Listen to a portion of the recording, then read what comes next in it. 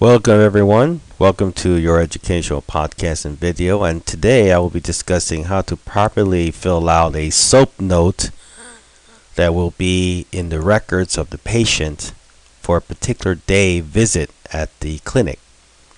To begin with, after the initial interview with the patient, you must fill out the subjective portion of the notes. Basically here I could say if the patient states that he has right wrist pain, he said yesterday on April the 5th, 2011, he fell down on a soccer field and injured his right wrist. Patient said that he didn't put any ice on it and he did not take any medications. And this is the first time he has injured his right wrist. On the objective, what we'll do is we'll do our test, and in this case I did the flexion and extension of the right wrist, was positive for pain. I palpated the right wrist and it was also positive for pain. I did x-rays of the right wrist which revealed no fractures, and therefore it was a normal x-ray. So on my assessment is actually the diagnosis. We can keep it simple and just say it was an acute right wrist sprain strain. Okay, now I need to further discuss these two words here. A lot of people confuse what a strain and a sprain is.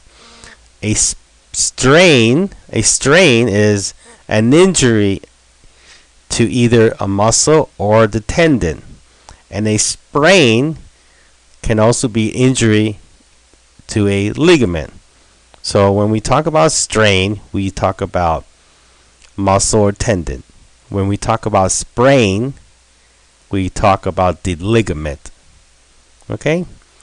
Now, what is our plan? Our plan to get this patient back to a healthy state.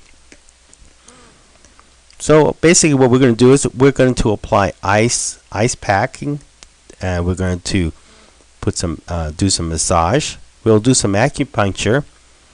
We'll do some ultrasound. We'll also do some EMS, which is electromuscle stimulation, 3 times a week for 3 weeks. And after the 3 weeks, we will do a re-examination to assess, to determine whether or not the patient needs to continue therapy. If at this time, after 3 weeks, you find he is recovered totally, or at least a good percentage of his return to normal function of his right wrist, we can discharge him. But if you feel that some patients take a little longer to recover, so you may extend it to another week or 2 weeks. Okay, well, that'll be all for now. This is Dr. Anthony.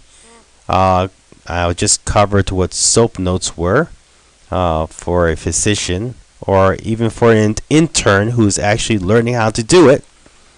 You can also visit this video again at Your Educational Podcast and Video. That's http://yepod.com. Thank you for listening, and I'll be seeing you soon.